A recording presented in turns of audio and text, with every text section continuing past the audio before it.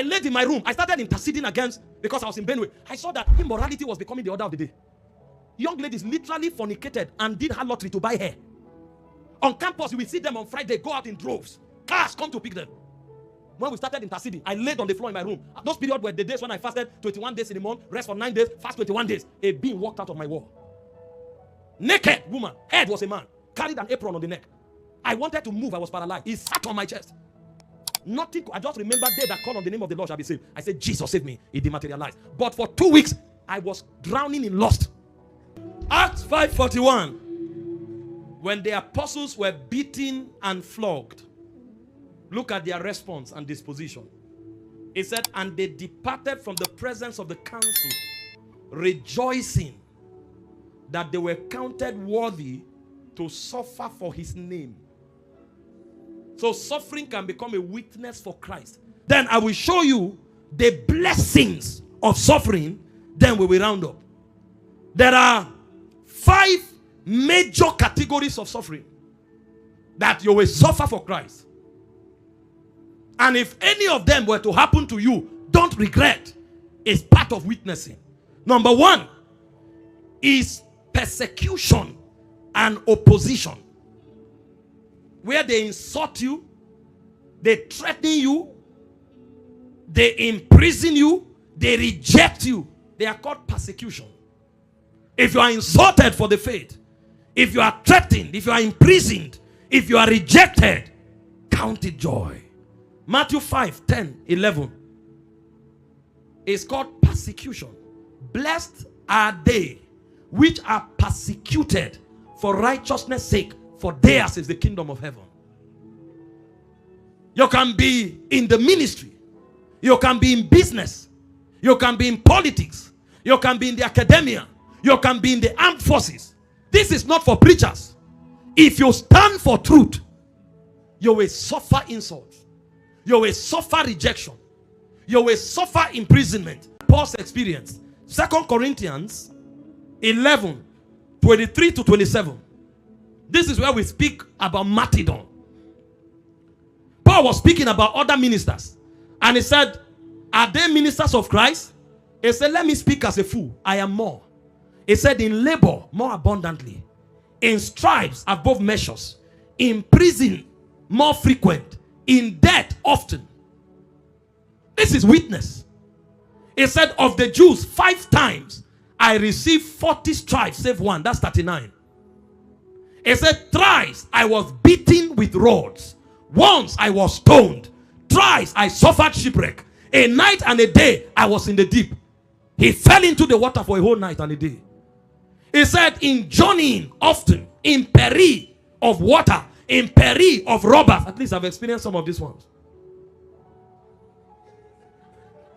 Thank you, Jesus. I remember when we were coming from Taraba. Meanwhile, when we went to Taraba, they were fighting. Jukun and thief people. We saw dead people on the road. They said they just attacked. When we got to Zakibiam, the driver said, I'm thief, I won't cross. They will kill me. And the Jukuns won't cross from Wukari. So it's Fulanis that cross with people. If you hear that, you will call your host and say, is there any preacher around that environment? What I'm feeling, I'm picking some signs. I think God has put his word in somebody. Fetch that person quick. When we were going, if a pin falls, you will hear the sound. We saw dead people by the road. Then when we were coming back, I was to preach in UNN. So we didn't have all the traveling issues. We eventually got different vehicles, crossed into Zakibian, got to Benue Links, and we're crossing to Makodi to proceed to UNN. As we're crossing around Obolo, we saw cars parked. People were running to the bush. I know some of you who are of the spirit, you will sit there loving Jesus. Victor entered the other window. I entered the other one. Flew out of the window. Took off into the bush. There was a day we were traveling to Vandikia to preach. As we entered the car, bus caught fire. People were saying, hey, open the door. Open door? Did you hear that the wind carry men? the window. When we ran, I looked back. I discovered the fire was not much.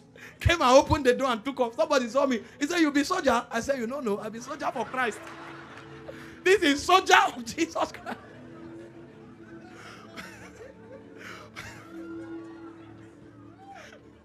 There was a day we were going to Enugu. That day, see, may the Lord strengthen our faith some more.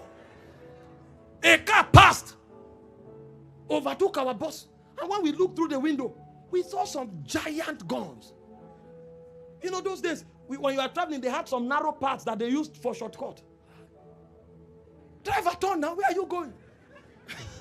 The driver parked and waited for some time. He said, "Then don't go." "Go where?" We couldn't trek back. We now sat and started speaking in tongues. That's why sometimes when you pray, close your eyes. It's not today. It's not today. When we die for God, not today. Guess what? As we drove for like 2 minutes, one of the robbers, they stopped and they wanted to kill. You know all these fowls that are like birds in the bush? The guy was shooting. Why they didn't rob us that day is Jehovah. We would have died many times. Didn't I tell you about Owerri? We were taking off.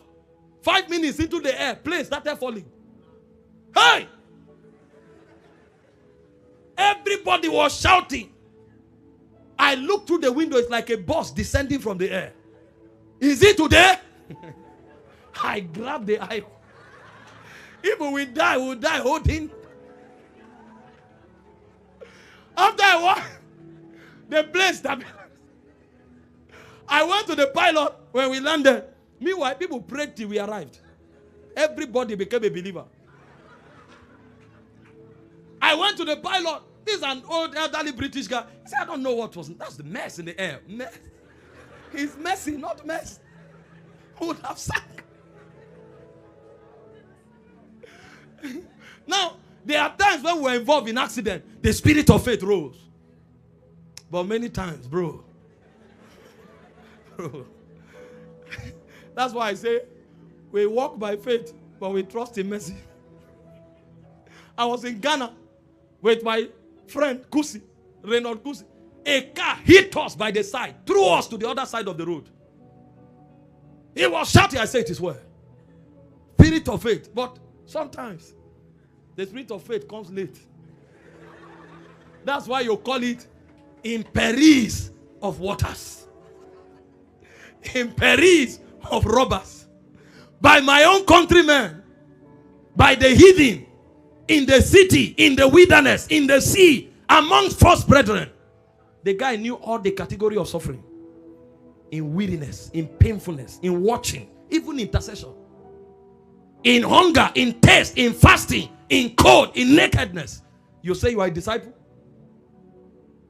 Any little thing you say, why are things happening like this? For Jesus, it's worth it. It's worth it. It's part of our witness. It's called persecution. Number 3 is emotional and mental suffering.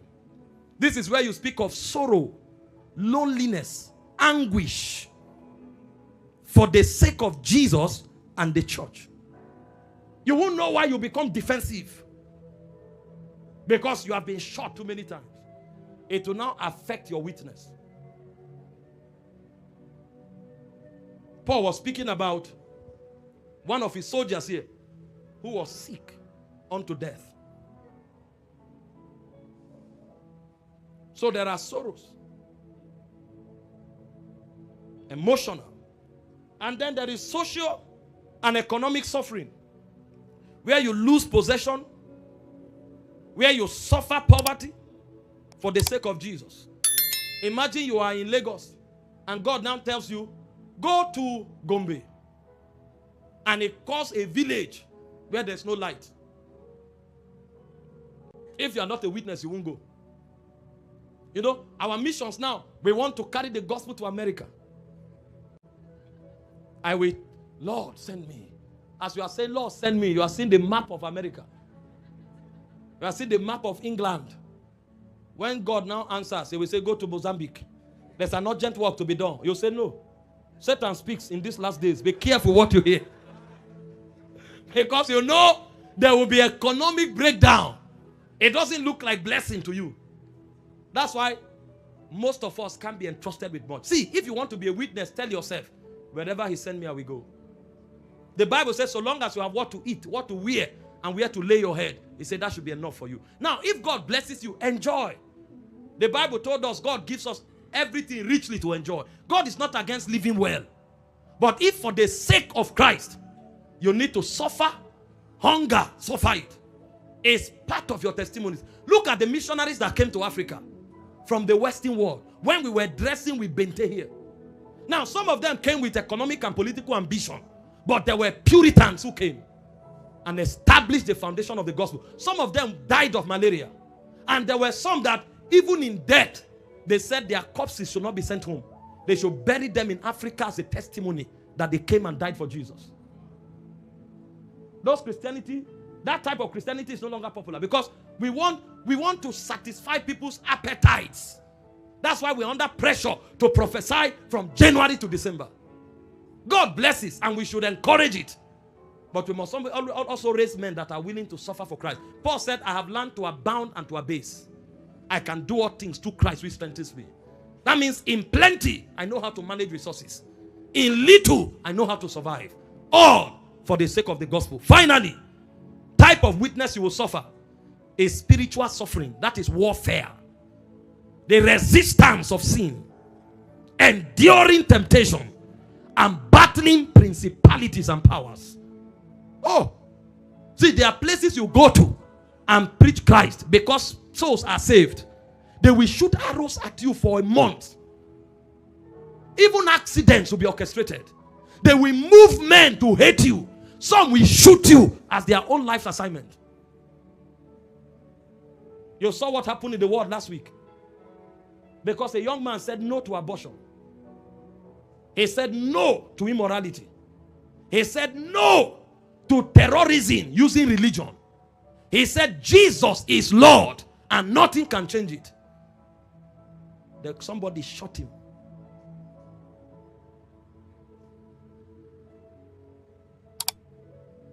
Because of woke culture. He said no to transgender, no to LGBTQ. They couldn't take it. Because it's a corrupt world. If you think Christianity is apart from suffering, you were discipled wrongly. I'm an advocate of the blessings of God. But I also know that if you cannot give up everything for Jesus, whatever you call a blessing is your idol. You will drift into idolatry. So you will suffer. As a young believer, I didn't know warfare.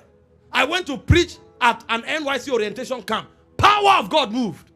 I felt challenged, felt stirred, and I confronted territorial spirits. Because I knew what happens in NYC camp. The spirit that make people to be defied and deflowered before they leave orientation camp, I bind it. The spirit of immorality, the spirit of rebellion. As I was driving home, one of my tires exploded. I thought I was excited and was speeding. We changed the tire. We started literally trekking. The same tire exploded. On the road, I said, Jesus, we are surrendered by your blood. Have mercy. You don't know. I laid in my room. I started interceding against, because I was in Benue. I saw that immorality was becoming the order of the day.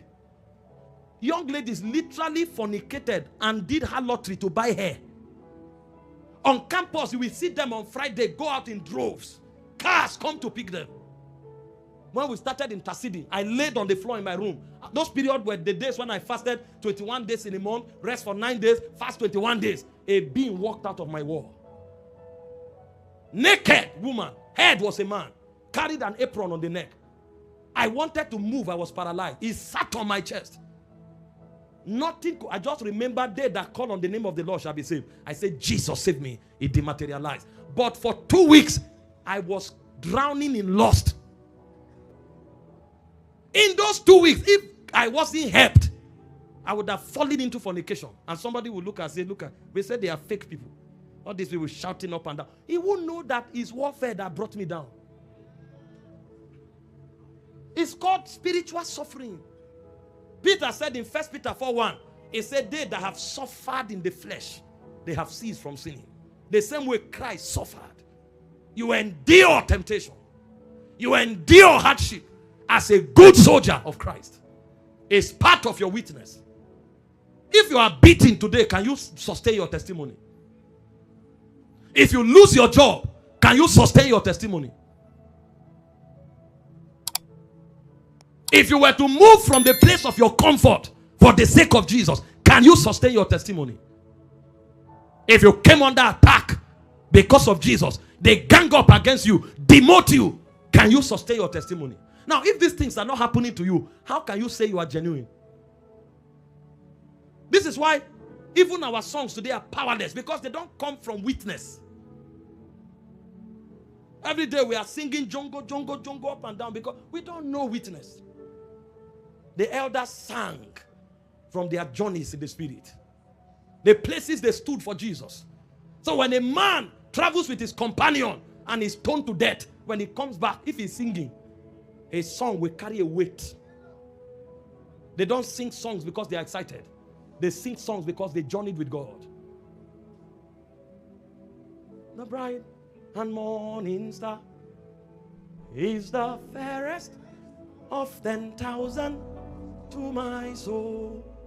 That guy has joy. Nothing on earth can. In sorrows, he's my comfort. In trouble, he's my stay. He tells me everything. Is the lily of the valley, the bright and morning star, is the fairest of 10,000 to my soul. We need to raise men that are willing to lose their job to maintain their testimony. If I have to, men that will endure demotion to sustain their testimony. Otherwise, we have lost our generation.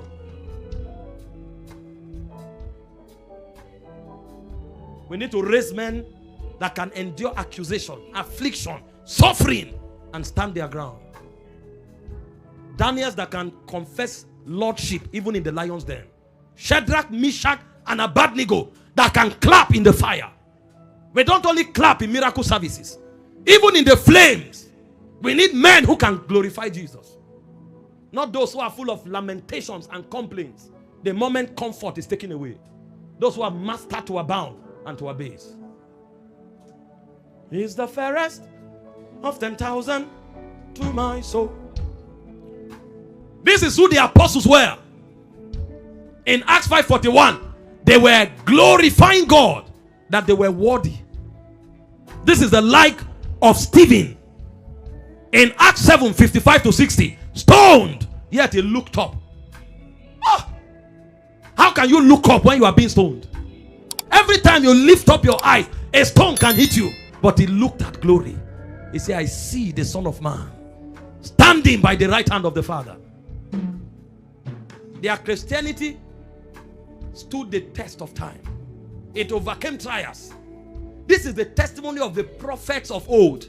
They were not just seers.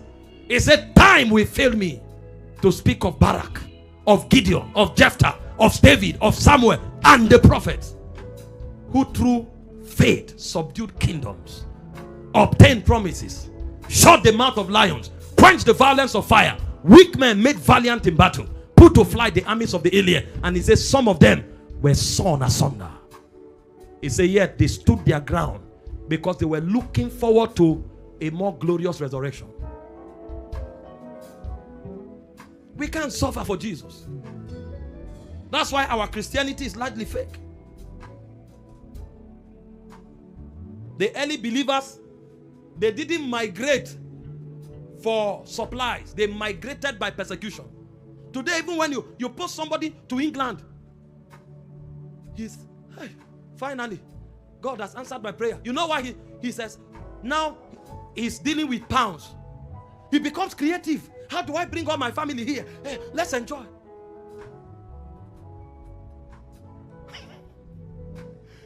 Before you know what is happening, On Sunday morning, he will sell okporoko in London. Because that's when Nigerians buy food stuff. Okporoko. He went. A fiery preacher in Nigeria became a businessman. Now, I'm not saying missionaries do business, but that's not what you went. When you say you want to now post the pastor from London, that's when you will know that he will say, God told me 2 weeks ago that my assignment here is over. He will create a new vision. Leave London to where? Where are you saying? Say, you are coming back to Zimbabwe. Say, no. 2 weeks, no wonder. Now I understand that vision. I didn't know the meaning. I was in light and now entered darkness. So this is what, oh my God. He will write you a resignation letter. And you can't pull him out because now he has resident permit. So what you did was you helped him migrate from Africa to England. That's why we are crying. God knows tomorrow. He knows that what you are looking for is immigration. It's not kingdom. Because it's called Alpha Omega. He's in yesterday, he's in tomorrow, before he's in today.